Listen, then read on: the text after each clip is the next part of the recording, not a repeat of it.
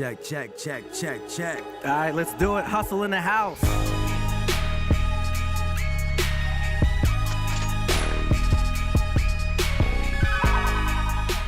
It's been a long time. I've been waiting to say that. That's right. We got this debut album out, Victory Lap, man. Yes, Congratulations. Sir. Yes, sir. So check it out. That's NIPsey HUSSLE. This is live at Vevo. I'm your host, Jayson Rodriguez. We have a ton to talk about and even more to celebrate. This man's been in the game grinding for a long time. Has his debut album out. Excellent album. We're going to get into some of the tracks on here. And also, I want to really get into detail about how you put the album out together, because it's very specific to you as far as a debut album. It's not kind of just this idea of a debut album that anybody can put together. So we're going to talk about that, but most importantly, he's going to perform. So let me get out the way. He's going to do it.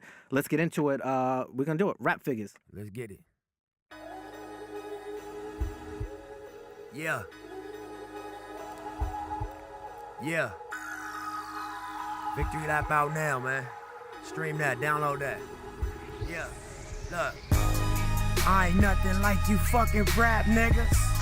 Hustle man, a shooter, that's a fact, nigga. 32 extendos in my Mac, nigga.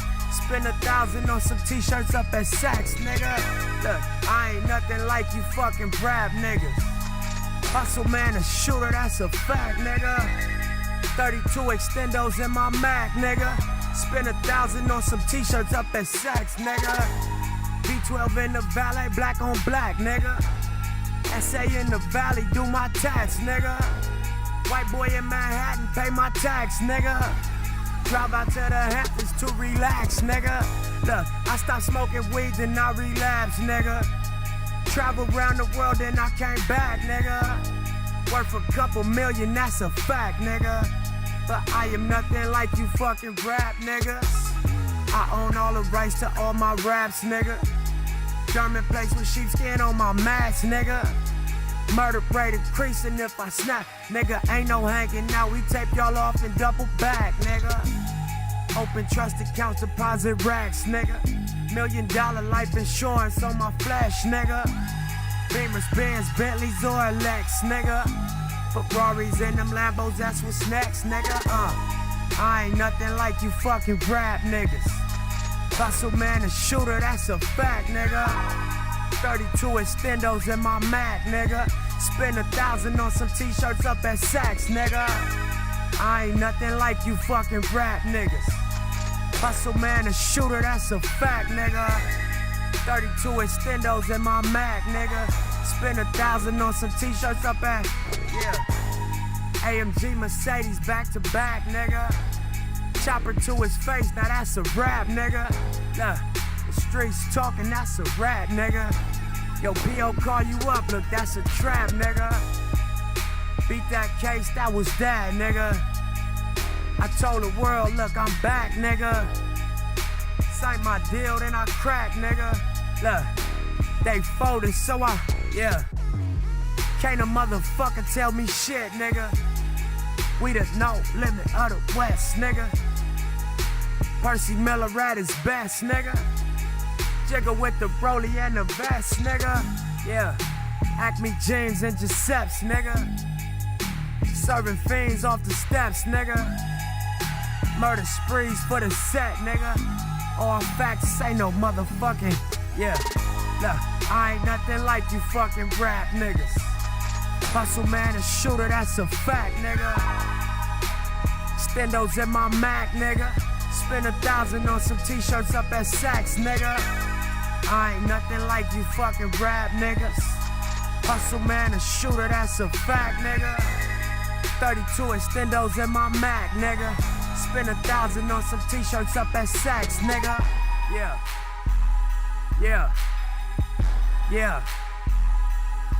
Night boy, NIPsey HUSSLE. Victory Lap in stores. Vevo, we live. What's up? Hey.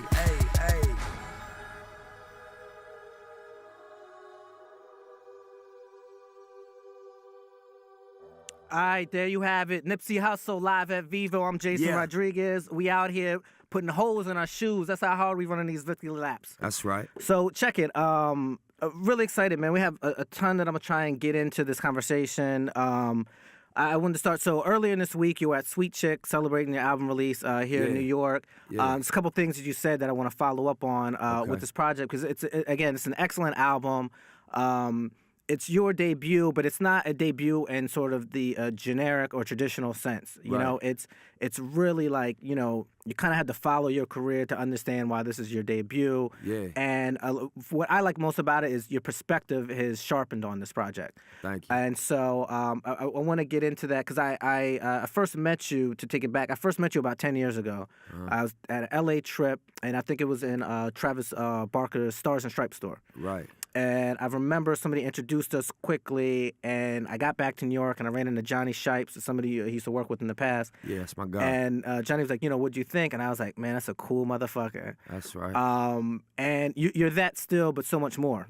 Yes, sir. And so I'm just curious, you know, you've had this career, you've put out mixtapes, now you have this album, and just to put it in perspective, you on the Rap Radar podcast, you spoke about just equipment, like finding the right equipment to get your vocals together. Yeah. You know, at the dinner at Sweet Check, I remember talking to Sway, and he was like, you know, just talking about having a proper budget and paying people to deliver their A game, right? Yeah. Because this is how serious you're taking it. Yeah, definitely. So I want to talk a little bit about with Victory Lap, just mind frame wise, like what for you.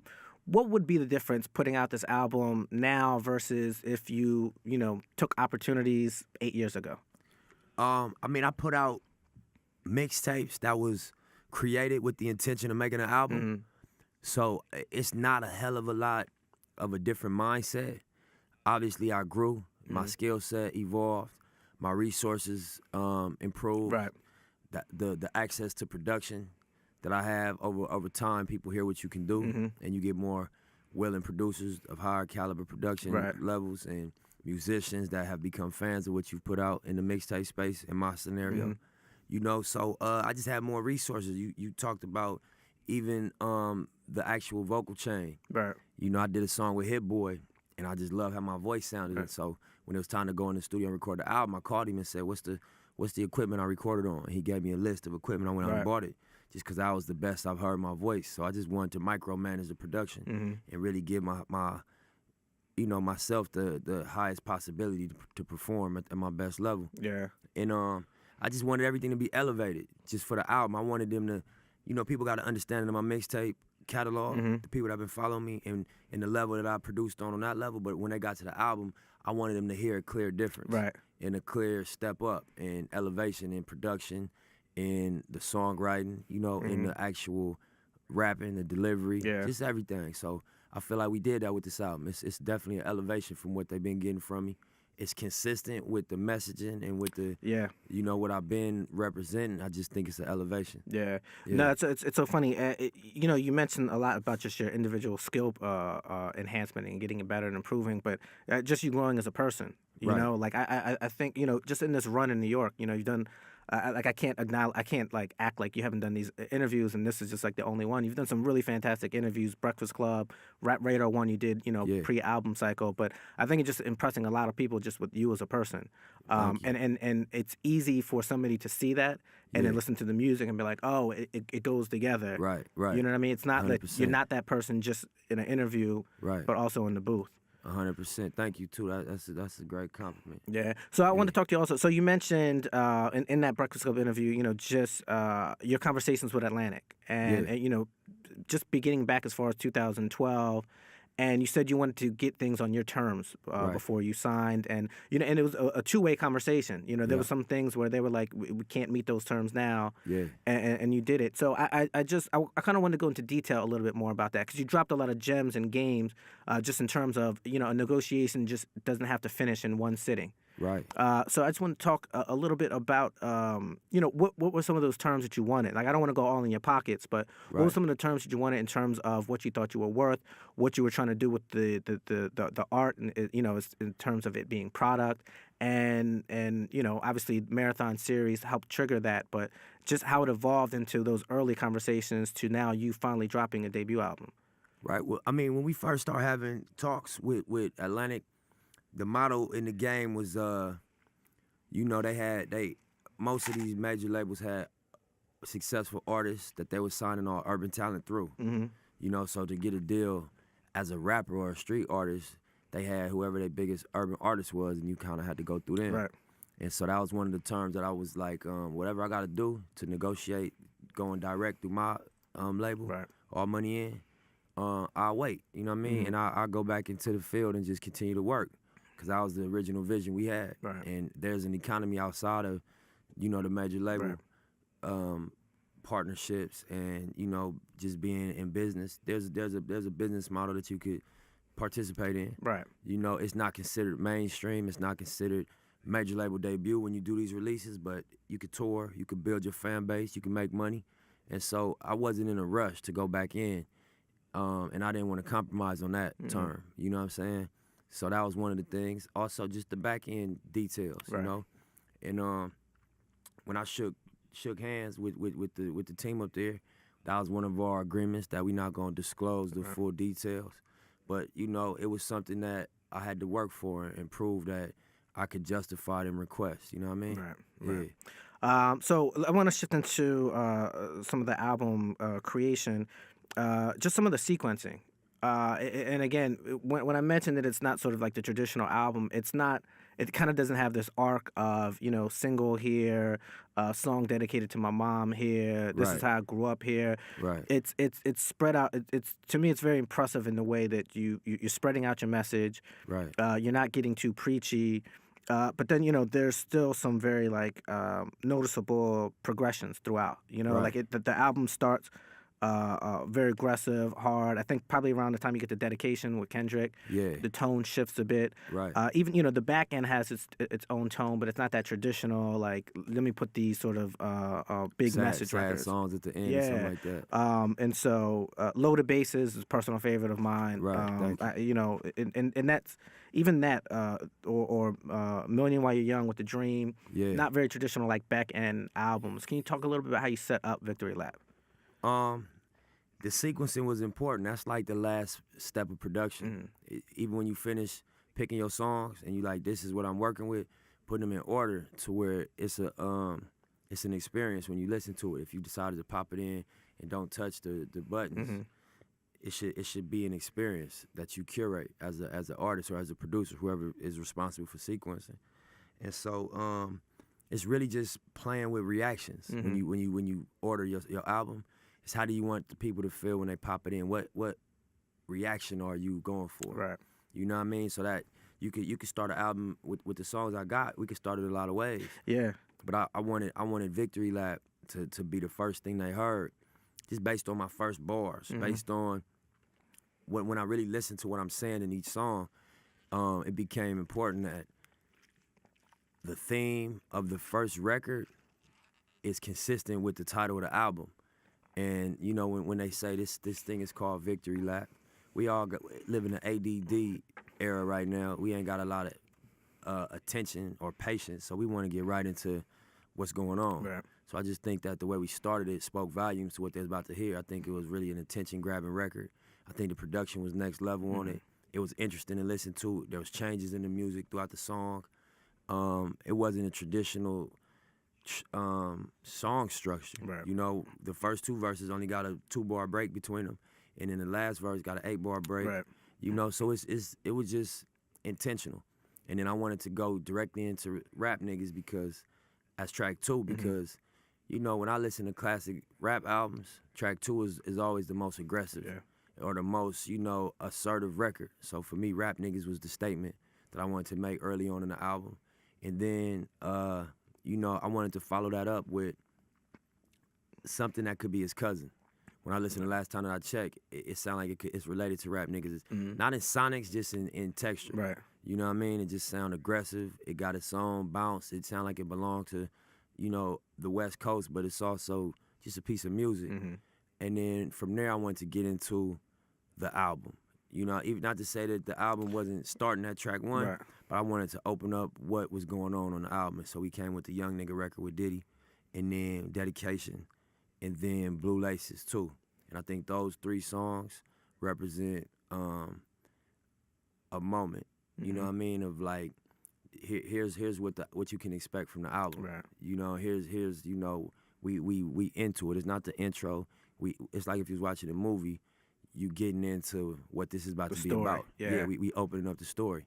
And then Hustle and Motivate, to me, you know, track 7 on a lot of albums is the important record, or the record that's most personal to the artist. Mm-hmm. So when I think about Hustle and Motivate, I really mean what I'm saying on that record. It's really to me a poignant statement, and it's something that's important. I don't do this for nothing. You know, the texture and the message in that song is something that I wanted to represent a peak in the sequence, and then from there, you know, I think the mood changes, right, and goes to the into back end. Status Symbol 3, and then Sucker Proof, and then Keys to the City 2. You know, dope record, really dope record. Yeah, I love that song, and just the energy on there. So yeah, it was real intentional. I wanted to create an experience. I wanted to create an experience for the listener. Yeah. If they chose to not skip around, just listen in order. Yeah. Now, it's interesting because, you know, somebody in your position, there's a lot of different ways you can go for this because you have material that's out there that people listen to. And so this idea of, like, you know, making it for an album. I usually have this discussion with artists when they come in here, and we kind of talk about the difference between a mixtape and a regular album. Right. And, you know, kind of like the quick, easy line is like, well, it's just more personal. Right.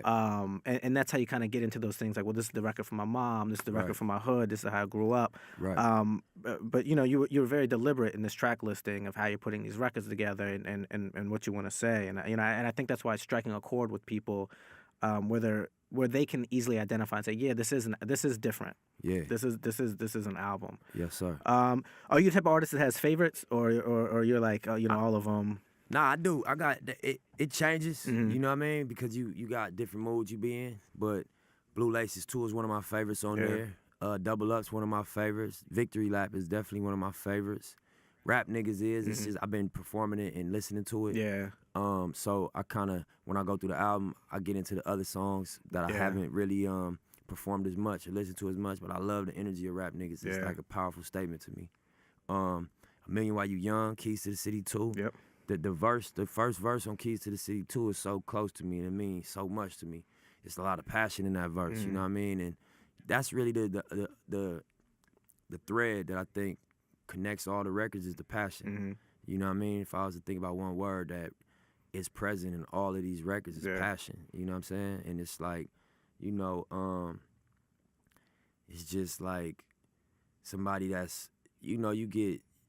You be in a struggle or a compromising position for so long that when you on your way out of it, it's like you scream a little bit or you feel like you know, like I'm on, like, you know what I mean. You just get a jolt of energy, and I think that's what was expressed on this album. You know. Yeah. Nah, for sure. I think too, like, you know, even when you say like the passion, it's followers of you, and you know, even you and your whole team itself, it's just having that patience, because there is a perspective that you have and a point of view that if the Epic situation had worked out and things fell different ways for timing, and you know, and to be fair, like when you talk about it, you're not dismissive of that time there or major labels in general. It's just finding things on your own terms, but you know, you weren't the man that you are now, and it's clear just from the material, and you know, who knows, like back then you might have had to chase Hustle in the house, and chase that record and be, and you know, there's always like those Snoop comparisons, and it might have led you down into a road where it just, you know, it wasn't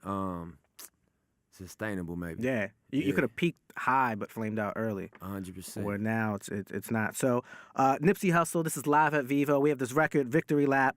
I mean, this is everything you need to know is here, man. This is a beautiful record, man. Thank you, bro. Let's get into it. Let's do it. This featuring Stacey Barth, by the way, man. This voice in the background, it's my homegirl, Stacey Barth. Incredible songwriter, artist, you know. Shout out to her. It's produced by my boy Sap. Keys by Amir Johnson. You know Sap? Yeah, from my hometown. Yeah, that's right. Yeah. I'm prolific, so gifted. I'm the type that's gon' go get it. No kidding.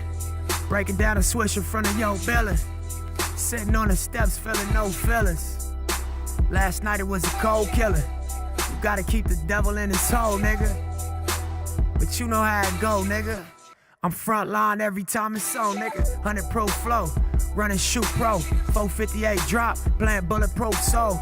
Every few shows, I just buy some new gold. Circle got smaller, everybody can't go. Downtown Diamond District, jewelers like yo. Hustle, holla at me, I got Cubans for the low. Flew to Cancun, smoking Cubans on the boat. Then docked at Tulum just to smoke. Look, listening to music at the Mayan ruins. True devotion on the bluest oceans, cruising. My cultural influence, even revolution. I'm integrated vertically, y'all niggas blow it. They tell me hustle, dumb it down, you might confuse them. This ain't that weirdo rap you motherfuckers used to. Yeah. Look, I'm an urban legend. South Central in a certain section. Can't express how I curb detectives, guesses. Evidence of a divine presence, blessings. Held me down at times I seem reckless. Effort, got an L but got an E for effort. Stretched it, dropped him off in the Mojave Desert, then left it. Ain't no answer to these trick questions. Money making nip, straighten out my jury on my bitch dresser. Well known, flick up in jail pose, snatch a champagne bottle from Rico's till teeth show. Whatever, nigga, playing chess, not checkers, nigga. 38 special for you clever niggas. See, bro, if you ain't living down by the street code, been through all these motions up and down like a seesaw, I could never view you as my equal. Fuck, I wanna hear your CD for. Yeah, that last line, that's something that was real to me. You know what I mean? I think like it's about distinguishing yourself and like separating yourself. So I think what really make the Nip Hustle story special is that we've been through so much prior to rap music, you know what I'm saying? It was able to turn it into a story that worked, you know? Yeah, I'm finna take it there. This time around, I'm gonna make it clear. I spoke some things into the universe and they appear. I said it's worth it, I won't say it's fair. You find your purpose or you wasting air. Fuck it though, y'all niggas scared. Eyes open, I can see it clear. They don't make them bar none, they don't make them real. They don't make it where I'm from, they don't take it here. They ain't seeing due time, I be making meals. Bossed up in this game, I've been making deals. Get your lawyer on the phone, we can make it real. I got checks and balance, I flex dramatic. Another 50 on my neck, just my reckless habit. Ain't no pussy on my rep, disrespect is savage. I make one phone call and the rest can't handle. It's just another front step with candles. Little message from the set, we accept the challenge.